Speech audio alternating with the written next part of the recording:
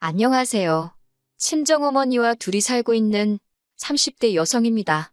지난 한 해를 돌아보니 참 다사다난했어요. 특히나 남편과 헤어져서 그런지 지난 1년이 저에게는 유난히 길었던 것 같네요. 남편과는 지인의 소개로 만났는데 당시 남편이나 저나 나이가 30 중반으로 어린 나이는 아니었어요. 그렇다 보니 시작부터 결혼을 전제로 진지하게 사귀었고 1년 만에 부부의 영까지 맺게 되었습니다. 경제적으로 여유가 있었던 시댁에 반해 제 친정은 그렇게 넉넉한 상황은 아니었어요. 처음부터 그랬던 건 아닌데 여기에는 사연이 있습니다. 몇 년 전 친정아버지께서 암을 진단받으셨는데 당시 의사 말로는 치료만 잘 받으면 살 수 있다더라고요. 그래서 돈 생각하지 않고 있는 재산 다 끌어다 아버지 병원비로 썼습니다. 하지만 애석하게도 아버지는 폐암 수술 이후 합병증으로 허망하게 세상을 떠나셨어요. 아버지가 돌아가시고 나서야 아버지가 개인적으로 지셨던 채무뿐만 아니라 여러 가지로 금전적인 측면에서 생각지 못한 문제들이 발견되었습니다. 결국 빚과 재산 대부분을 포기해야 했고 그나마 어머니 명의로 있던 집은 지킬 수 있었네요. 이후로 어머니는 식당에서 일을 하며 본인의 생활비를 벌어 쓰셨고 저는 저대로 회사 생활을 하며 생활을 이어갔습니다. 저희 모녀 남들한테 손 벌리지 않고 사는 게 어디냐며 감사한 마음으로 살았지요. 그렇게 10년 가까이 살다가 제가 시집을 간다 하니 친정어머니께서 얼마나 좋아하셨는지 몰라요. 친정어머니께서는 3천만 원이란 큰돈을 내주셨고 저는 염치불구하고 그 돈을 받았습니다. 변명 같지만 당시 제가 모아둔 돈이 5천 정도 있었는데 2억을 가져온다는 남편에 비하면 턱없이 부족하다 싶어서 그 3천을 받을 수밖에 없었어요. 하지만 청첩장까지 나오고 한창 집을 알아보던 시기였어요. 하루는 어머님이 집으로 저를 부르셔서 혼수나 예단으로 할 이야기가 있으신가 보다 하고 찾아갔는데 절 앉혀두고 말씀하기를 시아버지가 하시는 사업에 무슨 문제가 생겼답니다. 그래서 당장 해주기로 했던 2억은 못 해줄 것 같다고요. 황당했지만 제가 맡겨둔 돈도 아니니 무조건 내놓으라 할 수도 없는 노릇이었지요. 제가 그럼 어떻게 할까요? 결혼식을 미룰까요? 라고 물었더니 대뜸 저더러 돈 보고 시집 오는 거냐며 화를 내시대요. 당황한 제가 그런 게 아니라 그러면 집은 어떻게 구하나 싶어서 그런다 하니까 당신이 일단 3천을 해줄 테니 제가 가져오는 돈 8천을 보태서 어디 전세나 월세라도 알아보랍니다. 남편도 저한테 계속 미안하다며 그때는 정말 파혼이라도 하면 제가 돈 보고 시집 가려던 여자밖에 안 되게 생겼더라고요. 그리고 무엇보다 집에 대한 걱정이 된 거지 남편 자체가 싫었던 건 아니었으니까요. 결국 계획대로 식은 올렸고 제가 가져가는 돈 8천으로 작은 전세를 구했습니다. 남편이 가져온 돈 3천으로 결혼식이랑 그런 대로 가정가구 구색은 마쳤고요. 그러다 남편이 저 몰래 시부모님께 돈을 보내고 있다는 사실을 알게 된 건 결혼한 지 8개월이 지나서였어요. 말이 나와서 말이지만 결혼 초에는 무슨 바람이 불어 그랬는지 남편이 먼저 저더러 경제권을 가지라대요. 하지만 한 두세 달도 안 돼서는 갑자기 그동안 얼마나 모았냐고 묻더라고요. 그래서 제가 가계부 내역을 보여줬더니 밑도 끝도 없이 자기 계산이랑 안 맞는다며 제가 돈을 너무 헤프게 쓰는 것 같다면서 앞으로 돈 관리는 각자 하자입니다. 치사하고 억울하고 이깟 경제권이 뭐라고 괜히 가지고 있다가 더러운 꼴이나 보겠다 싶어서 그러자 했어요. 이후로 그렇게 저희는 각자 따로 돈 관리를 하게 되었습니다. 심지어 보험료랑 통신비도 각자 내자길래 그러라 했어요.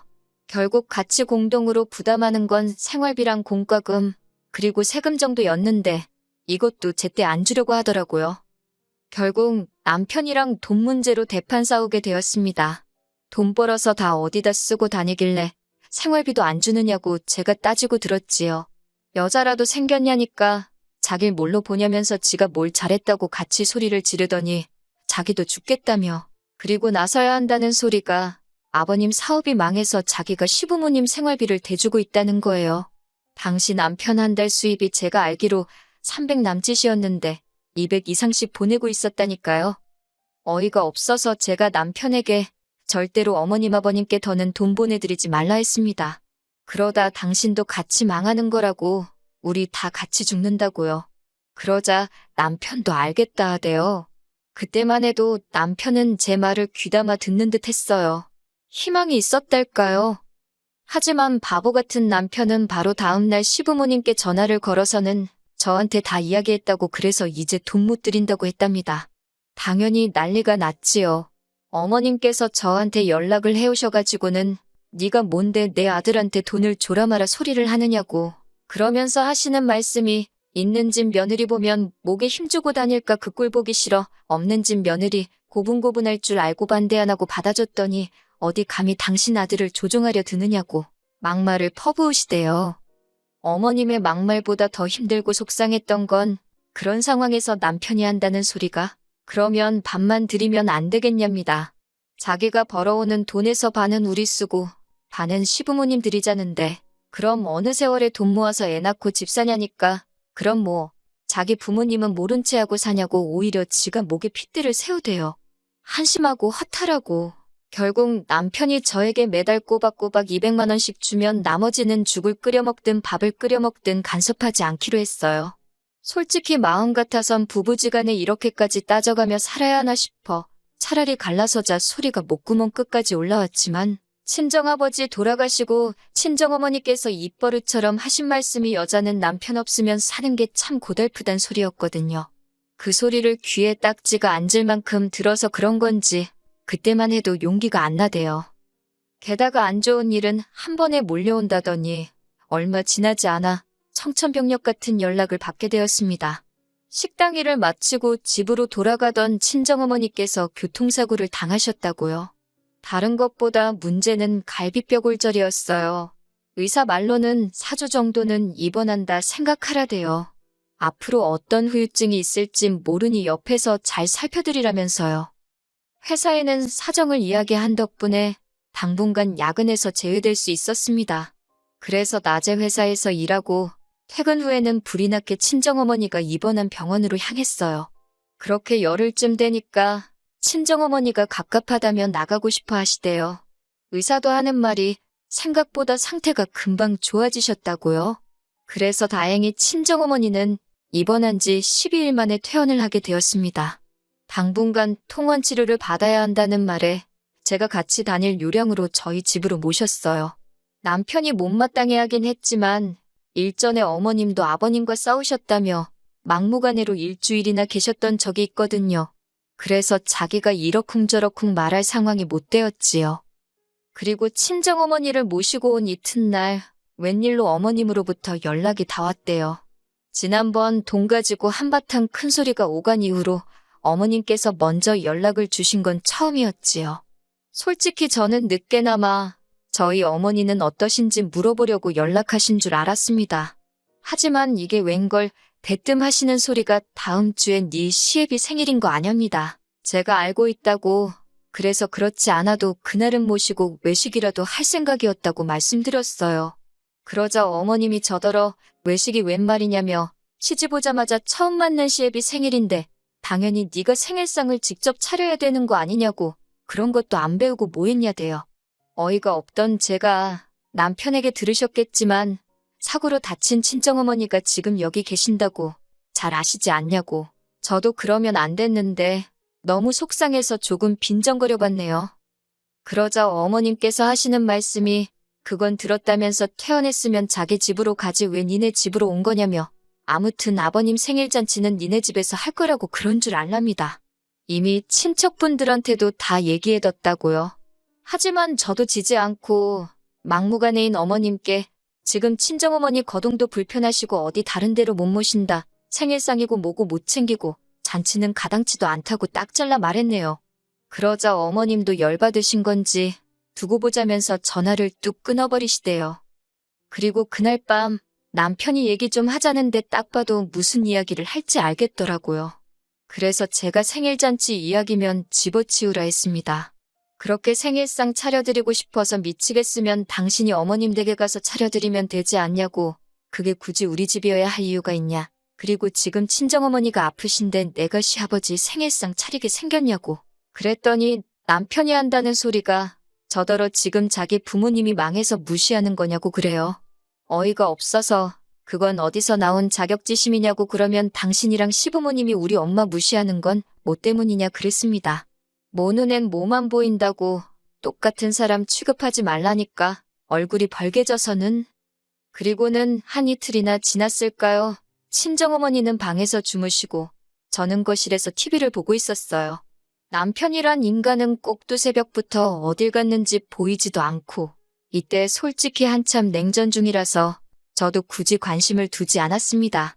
갑자기 요란하게 현관벨이 울려서 나가보니 어머님 아버님이 문 앞에 서 계시대요. 집 안으로 밀고 들어오시려는 걸 간신히 막고 지갑하고 핸드폰만 챙겨 밖으로 나갔습니다. 집 앞 카페에 들어가 자리를 잡기가 무섭게 어머님이 꺼내신 말씀이 저더러 잔소리 말고 다음 주에 생일상 차리랍니다. 어이가 없어서 못한다 하지 않았냐고 왜 이렇게 억지시냐고 물었어요. 그러자 하는 소리가 친척들 앞에서 당신들 얼굴에 똥칠해야 속이 후련하겠냐고 그럽니다. 아니, 아버님이 이제 겨우 63이신데 무슨 친척들까지 불러서 생일잔치를 하시냐고. 그러면 어머님 댁에서 하시라 했습니다. 제가 남편 편으로 미역국이랑 갈비 정도는 해서 보내보겠다고요. 그랬더니 그건 싫답니다. 무조건 저희 집에서 제가 차려주는 생일상을 받아야겠대요. 어찌나 기가 빠지고 힘이 들던지 저도 모르게 적당히 좀 하시라 소리를 질러버렸네요. 저희 어머니 아플 때 하다못해 안부 연락 한 번 없으셔놓고 이제 와서 무슨 생일상 받아먹길 바라시냐고 어쩜 이렇게 뻔뻔하시냐 쏘아붙였습니다. 그랬더니 하는 말이 제가 이제 와서 본색을 드러낸다나요? 그러면서 저더러 네가 그런다고 니네 엄마가 천년만년 살 것 같냐? 시집 왔으면 시부모가 부모지. 낳아준 부모는 죽었다 생각하고 사는 게 답이다. 말도 안 되는 소리만 하시더라고요. 듣다 못한 제가 어머님더러 어머님도 자식이라고 낳아 키우신 시외할머님이 불쌍하다고 악을 썼네요. 결국 이 일로 남편과도 지독한 싸움을 하게 되었고 남편은 끝끝내 지 부모 편만 들더라고요. 뻔한 레파토리 있잖아요. 그냥 적당히 져드리면 안 되겠냐. 장모님한테 하는 만큼만 해드려봐라. 아니, 니네 엄마가 나한테 그렇게 안 해주는데 내가 왜 그렇게 하냐? 어이가 없어서 결국 끝도 없는 싸움의 반복 끝에 이럴 거면 갈라서자 소리가 나왔고 그렇게 헤어졌어요. 남편이 자기가 3천만 원 가지고 오면서 시골리고 어쩌고 했다며 그 돈 돌려달라길래 너는 나랑 사는 동안 내가 해온 집에서 안 자고 어디 밖에서 잤냐고 또 싸우고 제가 그렇게 억울하면 네가 사온 거 들고 가라 했습니다. 그랬더니 그걸 어디다 두냐고 짜증을 내더니 결국 빈몸으로 나가대요. 그렇게 1년 좀 넘는 결혼 생활은 아주 지저분하게 마무리가 되었어요. 친정어머니는 이 긴 세월을 여자 혼자 몸으로 어떻게 살 거냐고 걱정하시지만 저는 오히려 홀가분한 게 별로 걱정이 되질 않아요. 그리고 이렇게 사연을 쓰게 된 결정적인 이유기도 한데 사실은 며칠 전 남편의 근황을 들었습니다. 들리는 말이 시부모님도 그렇고 남편까지 손 떼면 안 되는 데까지 손을 댔던 모양이에요. 결국 주변에서들 돈 갚으라고 난리가 나서 고소까지 당했다던데 저야 그걸 알아서 헤어진 건 아니지만 그 동구렁텅이에서 빠져나온 게 얼마나 다행이다 싶던지요. 늦은 후회지만 결혼 그거 조금 늦게 하면 어떻다고 제가 너무 신중치 못했던 게 안타까워요. 물론 이제는 돌아갈 수 없는 시간이니 그만 속상해하고 앞으로 다가올 날들을 열심히 살아볼 생각입니다.